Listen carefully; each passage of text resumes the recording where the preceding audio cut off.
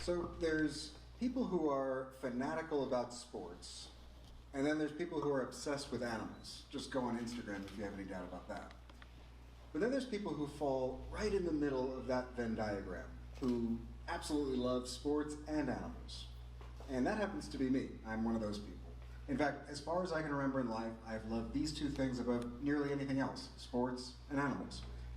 Now, unfortunately, believe it or not, I learned somewhere along the way that you can't get paid to just sit around and watch sports or pet animals all day. Who knew? So somewhere along the way, I ended up becoming a clinical psychologist and writer specializing in the science of well-being. But it turns out you can actually learn some pretty valuable lessons about happiness from these two sources, sports and animals. So today, I'd like to share a little bit about what lions and baseball, of all things, can teach us about the good life. Although as I say that out loud right now, I realize it sounds like the beginning of a really cheesy joke, but please bear with me. Don't worry, there's no bears too. So lions. You might be thinking to yourself, what the heck can a lion teach me about well-being? And to be fair, even as a self-professed cat lover, I'm a little skeptical about what any cat, big or small, can teach us about psychological well-being. But I'd like to share a brief story about how a lion, and an impala to be fair, once taught me an important lesson about happiness. It was a few years ago, and I was lucky enough to go on a safari to South Africa, which for a lifelong animal-obsessed person, as you know I am, was a true dream come true for me. It was mid-morning on one of the days there, and our group was out for another day of wildlife viewing. I remember that I was glancing down at my camera when suddenly, out of the corner of my eye, I saw something dart across my field of vision. It took me a moment to even fully register what I was looking at. A lioness in hot pursuit of an impala. It's always the lioness I learned, by the way. The male lions, very, very lazy animals. So anyways, this lioness, she's coming after the impala, closing in, getting ready to pounce. The poor impala's running for its life, going as fast as it can. And I confess I had really mixed feelings in that moment, you know. I love cats, I know a lion's gotta eat, do its thing. But I also felt really bad for the poor impala. Needless to say, I was a complete emotional wreck. But at the very last moment, something unexpected happened. The impala did this amazing football running back type move and managed to escape from the lion. The lion, seeing that the impala was now a little too far away, just sort of paused, looked around, and then within seconds found a shady spot under a tree to go to sleep. Because a big cat, small cat, they're all cats, they sleep. The impala, meanwhile, just seconds removed from almost being lunch for a lion, also just sort of paused, looked around, saw that the coast was clear, and starts grazing on grass. So within like a few moments, it was like nothing had happened. The impala's munching away at the grass, and the lion is fast asleep. Now, I'm afraid the same can't be said of yours truly. My heart was racing, sweat was dripping off my forehead, my hands were shaking, I could feel the adrenaline pumping through my body. And in that moment, I was gripping the side of the Jeep. I felt someone tap me on my shoulder. I turned around, and it was our guide, who was looking at me, and I have to admit, looking very amused. And he said, you know, you're more shaken up than she is, pointing over to the impala, who sure enough was like chilled out as could be at this point. And he goes, you see, for them, once the chase is over, the hunter goes to sleep and the hunted goes to eating. They don't think about it, they just do what they do. But if that happened to you, he said, well, you'd be thinking about it the rest of your life. But these animals, they just live in the moment, and that's why they're so peaceful. As I thought about it a little bit, I realized he was onto something. If I'd been the one chased after by some fierce lioness, and through some miracle I managed to escape somehow, I know, not particularly likely, well, I highly doubt that I would just look around, make sure the coast was clear, and go take my next bite of pizza. I would probably have nightmares about that lion. I'd post all over social media about that lion. I would tell everyone I know about my ordeal with the lion. I would complain to my own cats at home about their cousin, the mean lion who came after me. My life would have two parts after that, before lion, after lion.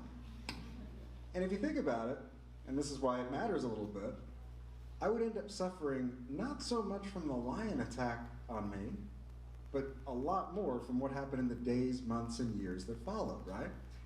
I would end up suffering mostly, in other words, based on what was happening in my mind. Now, by living in the moment, the impala, the lion, they avoid all this, right? Their life has a lot of acute stress, doesn't it? But not so much chronic stress, like worry, rumination, anxiety. Did I pay that bill? Did I answer that email? Not a lot of impalas doing that. But our life as human beings is the opposite of that, right? We worry constantly. We live out in the future or back in the past, and we spend remarkably little time just in the here and now. Some research has even shown that the average person's mind wanders half of our waking hours. That's a lot of life, right? Half of our waking hours. And in truth, we miss out on a lot of life because of this unfortunate tendency, right? We eat meals but barely taste the food. We go on walks but hardly notice what we've seen along the way. We have conversations but forget 90% of what the person said to us, let alone their name. We read books but lose our place constantly. We drive our cars and hardly notice the road along the way. It's probably the scariest of those examples. Don't think too much about that when you're out on the road after this. But for a lot of us, it's really hard to just simply be present, right, with our own thoughts, feelings, and experiences. In fact, there was a study done a few years ago that showed that many people choose to self-administer electric shocks instead of just sitting in their own thoughts. I'm not even kidding. You can look that one up. It's amazing. And yet, if you think about it, like, what is the alternative? Imagine if we were to spend a little less of life living in the past or jumping ahead 10 exits ahead of us to the future. Imagine if we spent just a little bit more of life here and now, in this moment. This is one of the areas that the practice of mindfulness can come in. We can think of mindfulness as maintaining moment-to-moment awareness of our thoughts, feelings, sensations, and surroundings, or paying attention in a particular way, on purpose, in the present moment, and non-judgmentally, as the great John Kabat-Zinn once put it. And as it turns out, this ancient practice that's been around for thousands of years, of course, has more recently been linked to a really wide range of benefits. Over the last couple of decades, there have been countless studies looking at the effects of mindfulness practice on our mental, emotional, and social well-being. Some of the many benefits shown include things like lower levels of stress, decreased chronic pain symptoms, enhanced relationships, better sleep, better focus and concentration, strengthened immune systems, and more. All sounds pretty good, right? But I think the best part is there's actually all sorts of ways that we can start building this mental muscle more starting today. We sometimes think of terms like mindfulness or mindful awareness, and we get this image of having to spend decades of our lives sitting in a particular posture, on a meditation cushion, doing all these kinds of meditation practices. But really, I invite us to think of it as something much more accessible, much more everyday, much more here and now for us. For example, we can take a few minutes a day and just focus on our breathing, tuning into our breath and using it as an anchor to the here and now. We can take a 10-minute walk and leave our phone behind, scary, and just allow ourselves to fully connect to our surroundings in that moment. We can take some of those autopilot activities that we all do, right? Brushing our teeth, washing the dishes, taking a shower, but use our senses to fully connect and immerse ourselves into those experiences. Or we could take 1 minute of an hour, just a single minute, but commit to using that minute to fully connect to whatever's happening inside of us and around us in that moment.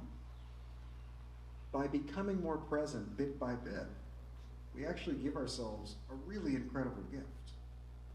We make room for the beautiful parts of life that we often miss, and we connect more to the parts of life that bring us alive. And lions, and impalas for that matter, can teach us a thing or two about the importance of being present. But we can actually take things one step further by not just being present, but by consciously and deliberately looking for the good in the present moment that we so often miss. And for this lesson, we're going to shift a little bit away from lions, sorry for the cat fans out there, and we're going to move over to baseball. So I've lived in California now for about 2 decades, but I was actually born and raised in New York. So you'll have to excuse me, anyone out there, for what I'm about to share, which is that I'm a lifelong New York Yankees fan. I know. Now the Yankees have had a lot of great players over the years, But one of my all-time favorite Yankees, even though he was way before my time, was their legendary first baseman named Lou Gehrig. Because in addition to being a really great player, Lou Gehrig also happens to be a shining example of another powerful key to a happy life. Because Lou Gehrig, to me at least, is the embodiment of gratitude. Right up there with Oprah, at the very least, neck and neck. For 14 seasons, Lou Gehrig was one of the best players in all of baseball. But in the spring of 1939, it was clear that something was terribly wrong with him. His coordination was failing, his speed had slowed down. In one game, he just fell while running around the bases. Later on, he collapsed, seemingly out of nowhere. And in June of 1939, after undergoing all these extensive tests, Lou Gehrig was diagnosed with ALS. His career was obviously over, but far more tragically, the doctors gave him just a couple of years to live.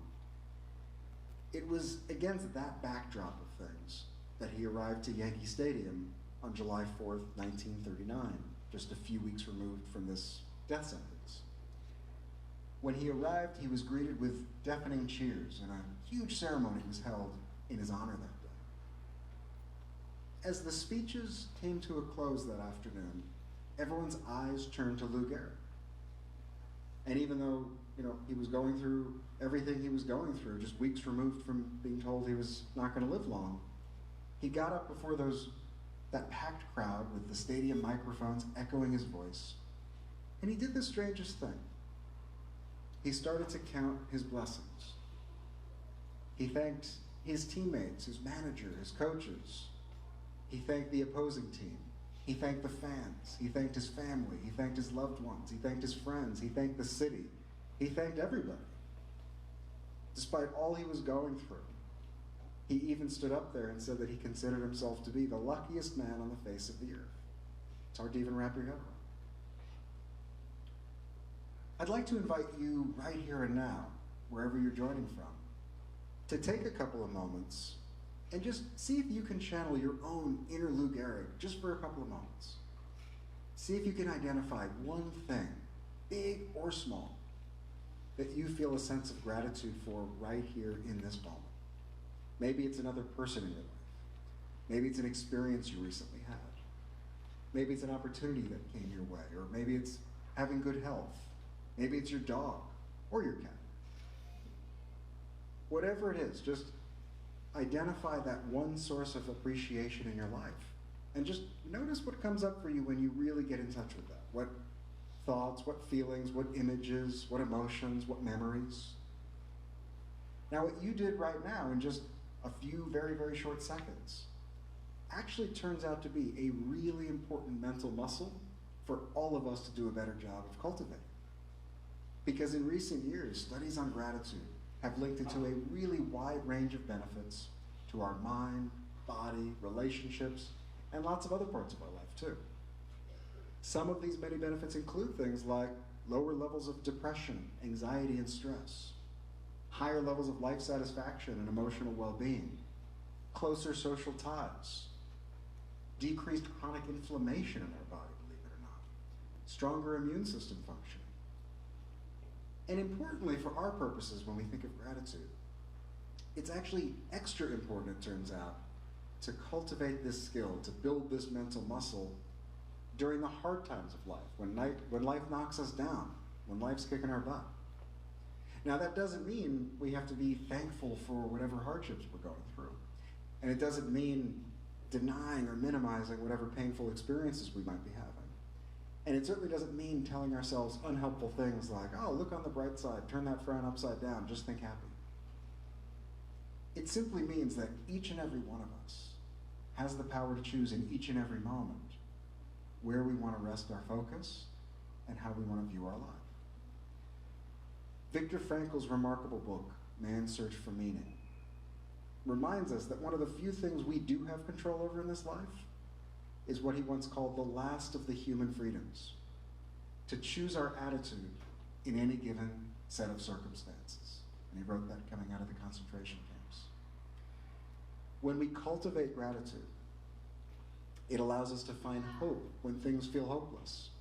It inspires us when we feel demoralized, and it connects us to others when we feel alone. Now for us, maybe this means setting aside a few minutes at the end of the day and just reflecting on the parts of our day that went well, or writing in a gratitude journal, or setting aside a little bit of time just to consciously thank people in our lives who've helped us at some point along the way, or deliberately reflecting on the people in our lives, seen and unseen, who make the best parts of our life possible. On and on. If each day we simply set that intention and make a little more room in our life for appreciation, we can actually change our lives one thank you at a time. So, there we have it. Lessons from lions and baseball, of all things, reminding us to be present and to notice the good that's often in the present that we miss.